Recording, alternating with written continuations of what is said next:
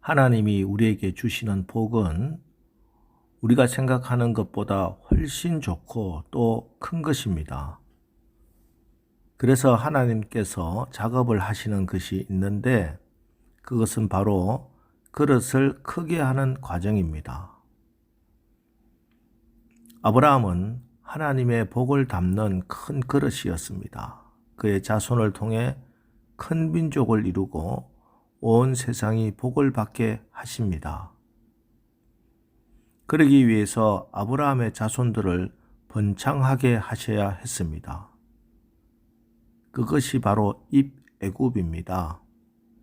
하나님께서는 아브라함의 손자 야곱과 그의 12 아들들이 가나안 땅에서 그냥 살다가는 아브라함을 지나 후손으로 내려갈수록 가나안 땅에 동화되고 말 것이기 때문에 따로 애굽 땅에, 그것도 애굽 사람들이 살지 않는 고센 땅에 정착시키시고 그곳에서 그의 자손이 수백만이 되게 하신 다음에 큰 그릇으로 만드신 다음에 출애굽 사건을 통해 애굽을 빠져나오게 하시고 그 다음에 가나안을 정복하여 그 땅을 차지하게 하셨습니다. 이렇게 하나님의 약속과 그것의 성취 사이에는 반드시 그릇을 크게 하는 과정이 있게 됩니다. 하나님께서는 하나님을 배반한 사울을 버리시고 선지자 사무엘을 통해 다윗에게 이스라엘의 왕으로 삼으시겠다 하고 약속하시고 기름을 부어 주셨습니다. 자, 그리고 나서 바로 왕이 되는 게 아니라 이제 하나님께서는 본격적으로 다윗의 그릇을 크게 만드는 작업에 들어가십니다. 그렇다면 다윗이 큰 그릇이 되기 위해 필요한 것이 무엇일까요? 그것은 바로 백성의 마음입니다. 그래서 골리앗을 무너뜨리게 하시고 백성들의 마음을 얻습니다. 하지만 그 정도로 다윗이 왕이 될 수는 없습니다. 그래서 하나님은 오히려 다윗이 사울의 핍박을 받게 하신 것입니다. 그리고 시간이 지날수록 다윗은 하나님의 공의와 사랑을 베푸는 지혜로운 자로 사울은 정신이 나간 미친 왕이 되어갑니다. 심지어 하나님의 제사장들을 말살시키는 이스라엘 백성으로서는 도저히 용납할 수 없는 만행을 저지릅니다. 그러면서 이제 온 이스라엘의 마음은 사울을 떠나 다윗에게 흘러갑니다. 결국은 이스라엘 11지파가 다윗에게 와서 그를 이스라엘 전체 왕으로 삼게 하신 것이죠. 다윗 외에는 대안이 없었기 때문에 그랬던 것이지요. 이렇게 하나님께서는 복을 담는 다윗의 그릇을 크게 만드셨습니다. 고난과 핍박을 통해서. 여러분, 다윗이 사울에게 당한 고난은 참 크지요. 그러나 사울의 괴롭힘은 스스로의 복의 그릇을 깨는 과정이었고 다윗의 고난은 자신의 복의 그릇을 더 크게 만드는 과정이었습니다. 그런데 우리가 이런 사실을 머리로 지식적으로 알고 있다 하더라도 그 고난의 한가운데서 그 상황을 견디고 이겨나가기란 쉽지가 않습니다. 그래서 우리는 하나님께 기도해야 합니다. 그래야 나의 힘으로는 이길 수 없는, 버틸 수 없는 고난을 견디고 이길 수 있는 것입니다. 1절, 2절 나의 하나님이여 나의 원수에게서 나를 건지시고 일어나 치려는 자에게서 나를 높이 두소서. 악을 행하는 자에게서 나를 건지시고 피 흘리기를 즐기는 자에게서 나를 구원하소서. 많은 사람들이 역경의 풍랑이 닥치면 그 압박에 못 이겨 그의 믿음을 저버리지요. 그런데 이 믿음을 지켜주시는 분이 있으니 바로 우리 하나님의 성령님이십니다.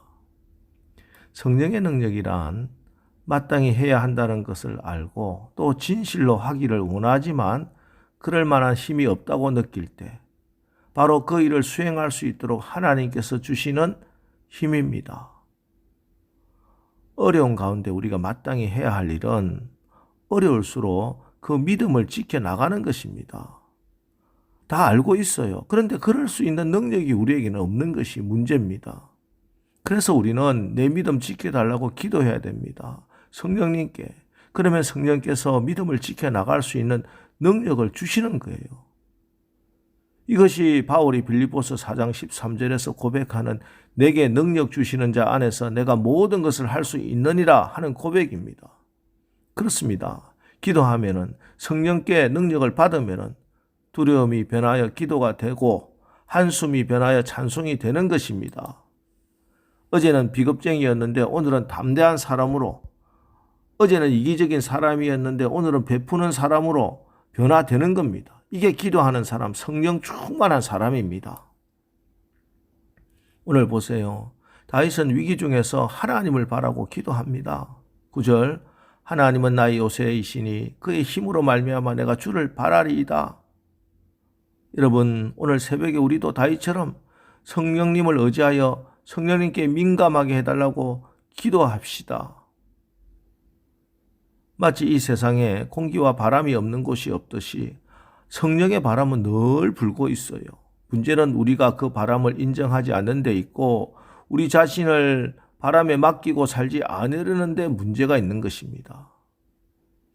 타락한 본성은 성령의 바람에 이끌림을 받기보다는 우리 자신의 계획대로 일을 추진하고 싶어 합니다. 하나님이 기뻐하시는 일을 하기보다는 내가 하고 싶은 일을 하려고 합니다. 그래서 때로는 바람을 거슬러 갑니다. 하나님이 기뻐하시는 일이 아님을 뻔히 알면서도 눈을 질끈 감고 머리를 깊이 숙이고는 바람을 거슬러 자기 목적을 이루려고 합니다. 아닙니다. 성령님을 의지하고 살아야 합니다. 그래야 하나님의 큰 그릇으로 빚어질 수 있는 것이에요. 성령을 의지하고 사는 것은 창세기 노아의 방주나 출애굽기 나일강 위의 갈대 상자와 같습니다. 우리가 성령을 조정할 수는 없는 것입니다. 아무리 바람에 익숙한 뱃사람이라고 해도 바람을 조정할 수는 없는 법이지요. 우리가 할 수 있는 일은 성령의 바람에 예민해지고 그 바람에 우리 자신을 맡기고 그 바람이 인도하는 대로 항해해 나가는 것입니다. 그런데 현대인들은 배를 움직이는 엔진이 발명된 후에 모터를 찾습니다. 모터가 있으니 이제는 바람을 걱정할 필요가 없다. 바람이 거세게 불어도 엔진의 출력만 높이면은 가고 싶은 곳이 어디든지 갈 수 있다. 모터보트를 타는 사람이 바람에 대해 신경 쓰지 않듯이 이제는 각자 엉덩이에 모터 하나씩 달고는 자기 가고 싶은 대로 막 달려갑니다. 설령 성령의 바람이 불고 있다 해도 그것 없이 얼마든지 행복하게 살 수 있다고 굳게 믿고 있는 겁니다. 그러나 여러분, 이건 착각입니다. 사단의 거대한 속임수입니다. 물론 성령의 바람에 갈대 상자가 떠밀리고 있을 그 당시에는 성령의 바람에 맡기고 항해하는 것이 표류하는 것처럼 보일 수 있습니다. 그러나 사실은 우리 스스로의 방법으로 내가 원하는 대로 내가 가고 싶은 곳으로 그렇게 평생을 살고 돌아보면은 결국에는 자기 자신이 평생토록 표류했다는 사실을 깨닫습니다. 반면에 성령의 바람에 예민하게 반응하면서 그 바람의 이끌림을 따라 평생을 산 사람들은 마지막에 자신의 생애를 돌아보면서 오늘 찬송처럼 만사 형통했다고 예수 인도하셨다고 찬송하게 되는 겁니다. 여러분, 평생에 환난이나 고난 없이 사는 인생은 없습니다. 더구나 공중권세 잡은 사단이 횡행하고 있는 이때 우리 그리스도인들은 더더욱 고난을 받을 수밖에 없습니다. 그렇다면 필연적으로 받아야 할 고난을 영적으로 내가 더 큰 그릇으로 빚어지고 성령님을 의지하는 기회로 삼는 것이 복 있는 그리스도인의 삶일 것입니다. 오늘 이 새벽에 말씀을 붙들고 기도하시면서 주의 성령의 능력으로 고난이 오히려 유익이 되고 축복이 되는 그런 성령의 사람으로 오늘 하루도 승리하시기를 주님의 이름으로 축원합니다. 기도하겠습니다. 하나님, 성령께서 우리 교회와 저희들에게 충만하게 임하여 주옵소서. 우리 인생이 모터보트가 아니라 갈대상자가 되어 성령의 바람을 따라 살아가게 하옵소서. 그래서 우리 인생 항해하는 동안에 늘 하나님의 천군 천사의 보호함을 받는 신비를 맛보고 주의 성령의 능력으로 고난이 오히려 유익이 되고 축복이 되는 그런 성령의 사람으로 오늘 하루 살아가게 하옵소서. 예수님의 이름으로 기도합니다. 아멘. 자, 이제 오늘 하루도 성령의 인도함으로 내게 능력 주시는 자 안에서 고난이 유익이 되고 축복이 되는 승리의 길을 당당히 걸어가게 하옵소서. 오늘 말씀을 붙들고 우리 합심해서 기도하고 나가겠습니다. 우리 기도하겠습니다.